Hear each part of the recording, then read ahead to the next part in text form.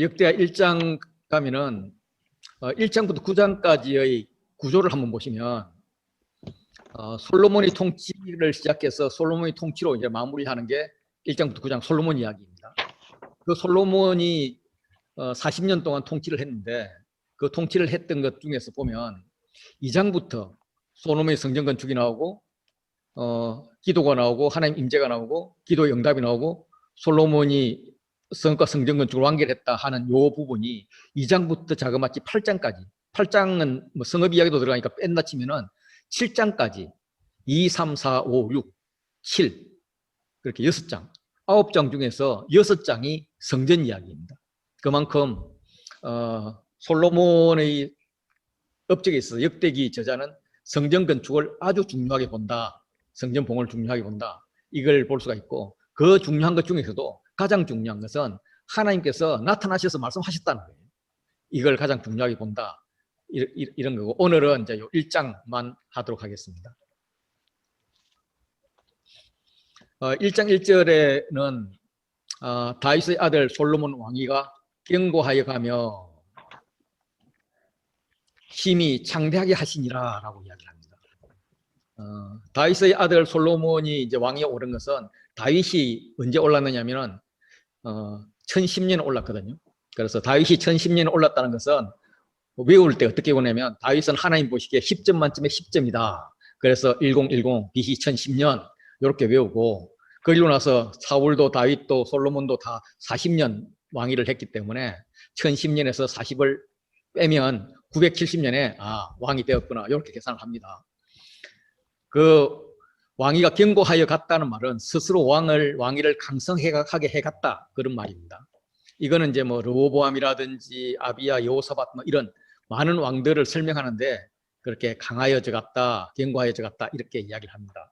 이 견고하게 된 것은 사무엘하 7장 12절 13절의 약속이에요. 그의 나라를 견고하게 하며 내 나라 왕위를 영원히 견고하리라 이 약속이 이루어져 갔다는 이야기죠.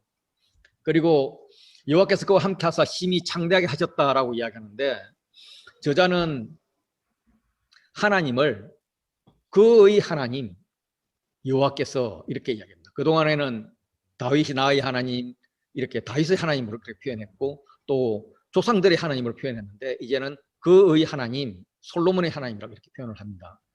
그래서 다윗과 함께 하셨던 하나님이 이제 솔로몬과 함께 하심으로써 그를 심히 창대하게 했다라고 이야기하는데 이 창대하게 하신 사건은 아브라함에게 했던 사건이죠. 우리가 잘 아는 창세기 12장 2절 3절 말씀. 예. 그래서 너로 큰 민족을 이루고 내게 복을 주어 내 이름을 창대하게 할 것이다 라고 이야기합니다. 그래서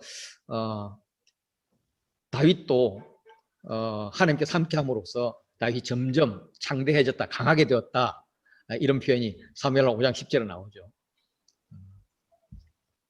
그 창대해진 다윗이 일천번제를 드립니다.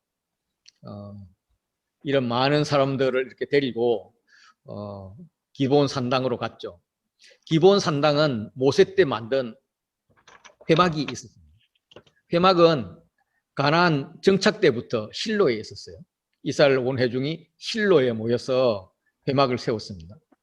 그런데 그 실로의 회막은 하나님의 심판으로 완전히 파괴되었습니다.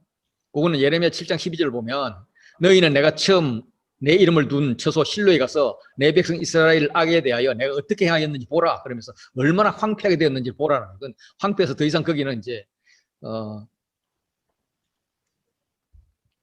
그런 그 성막을 둘 장소가 못 되었다는 거죠. 그리고 이제 상황이 어떻게 되었는지 모르지만 다윗 때는 노업에 있었습니다. 노업에. 그래서 사울 때죠. 사울 때 노업에 있어서 다윗이 노업에 가서 아히멜렉에게 이렇게 떡을 얻어먹고 예술병을 얻어먹고 또 다윗이 쓰던 칼도 얻었습니다. 그렇게 이제 아히멜렉이 다윗에게 떡을 주었던 소식을 들은 사울이 노해가지고 이 노업에 있는 제사장들과 주민들을 다 진멸해버렸죠. 그리고 그 이후에 어떤 과정을 거쳤는지 모르지만 성막은 이제 기브온에 가 있습니다. 기브온에. 다윗은 사독과 제사장들을 기본으로 보내서 번제를 드리게 했고요. 해망과 여두둔을 거기에 보내서 찬양하게 했던 것이 역대상 16장에서 우리가 같이 봤던 부분입니다.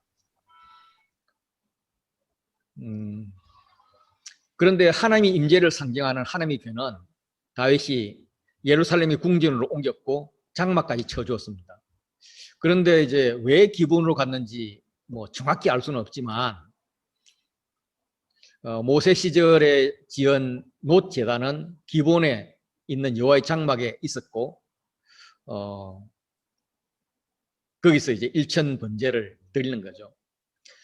이거는 이제 역대상의 표현에 의하면 이제 열왕기의 표현은 늘 왔다 갔다 한 걸로 보이는데 역대상의 표현에 의하면 이스라엘 왕이 기본에서 드린 마지막 제사였습니다. 그 앞에도 이제 뭐 가셨겠죠. 마지막 제사를 드리고 이제 우리 옮깁니다 하는 제사를 드리는 거죠.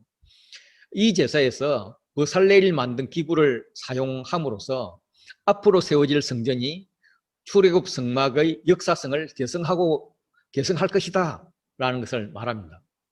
역대기 저자는 왕이 사울을 버린 이유는 사울이 여호와를 찾지 않고 신접한 여인을 찾아서 그에게 가르치기를 청했기 때문에 사울을 죽였다, 버렸다라고 말씀을 하십니다.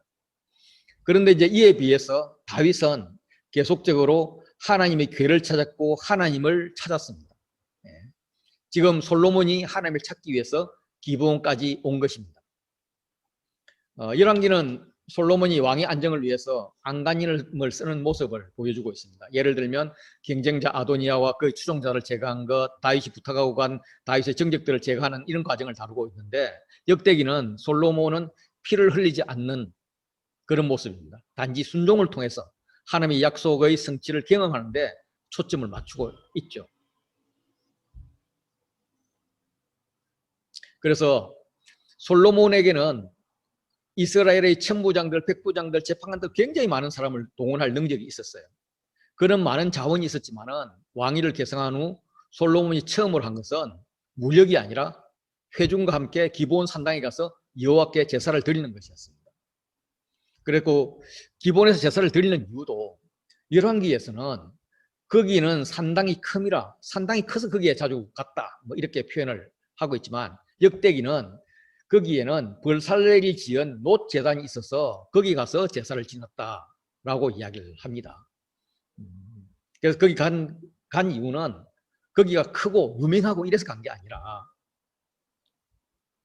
거기에는 모세 때부터의 전통이 살아있기 때문에 갔다라고 표현을 하고 있습니다.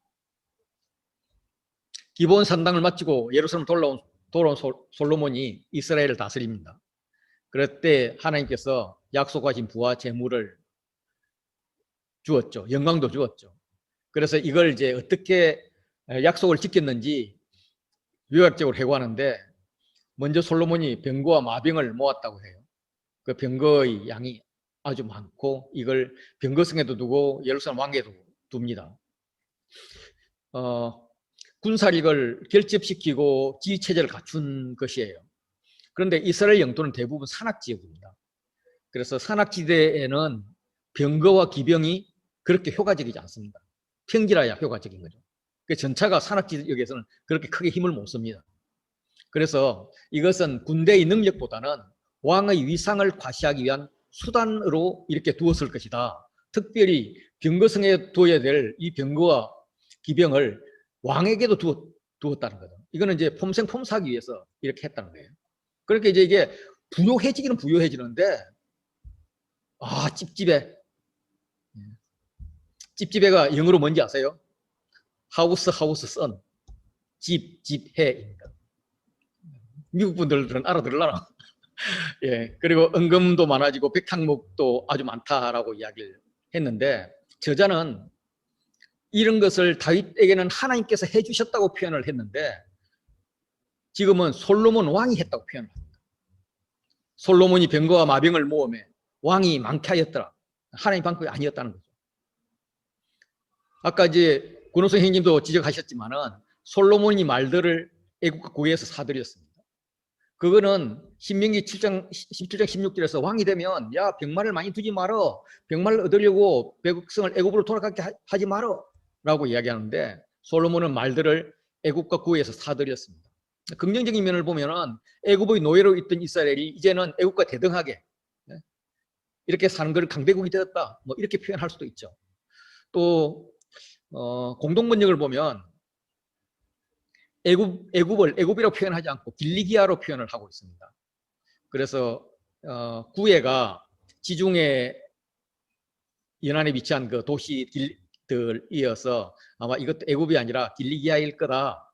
뭐 이렇게 생각하고 있는 학자들도 많이 있습니다. 어쨌든 그는 왕의 조건을 위배해 가는 것이 은연중에 보이죠. 그렇게 역대기 전에는 예배와 성전을 이야기하면서 표면적으로 물리적 성전을 이야기하는데 속으로는 물리적 성전이 아니야 영적인 성전이야. 폰만 잡으면 안 돼.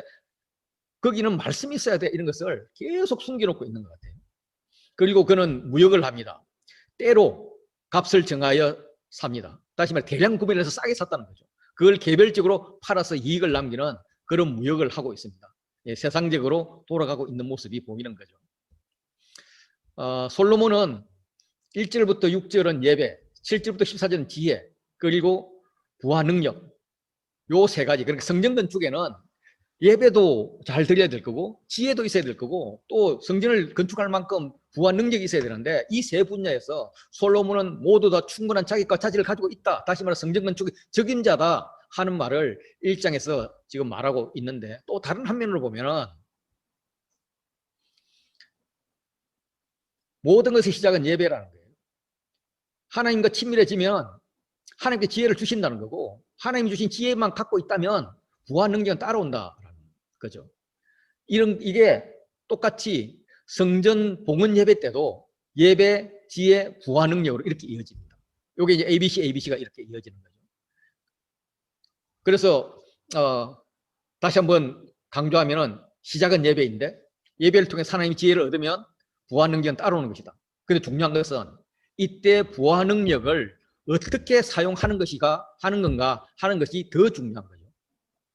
그래서 예배 드려라, 지혜를 가져라, 그러면 부와 능력이 따라올 거야 하는 게 소위 말하는 이신칭의라면은 그럼 그 부와 능력을 어떻게 사용해야 돼 하는 게 야고보서라는 거죠. 앞에가 로마서라면 야고보서라는 거죠.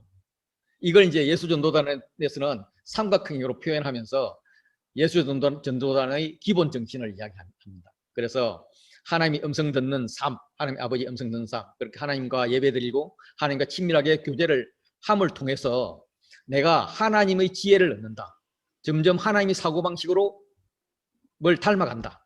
그러면 나에게는 아버지의 공급이 있을 텐데 이 아버지의 공급을 어떤 원칙으로 사용할 것인가, 이게 굉장히 중요하다.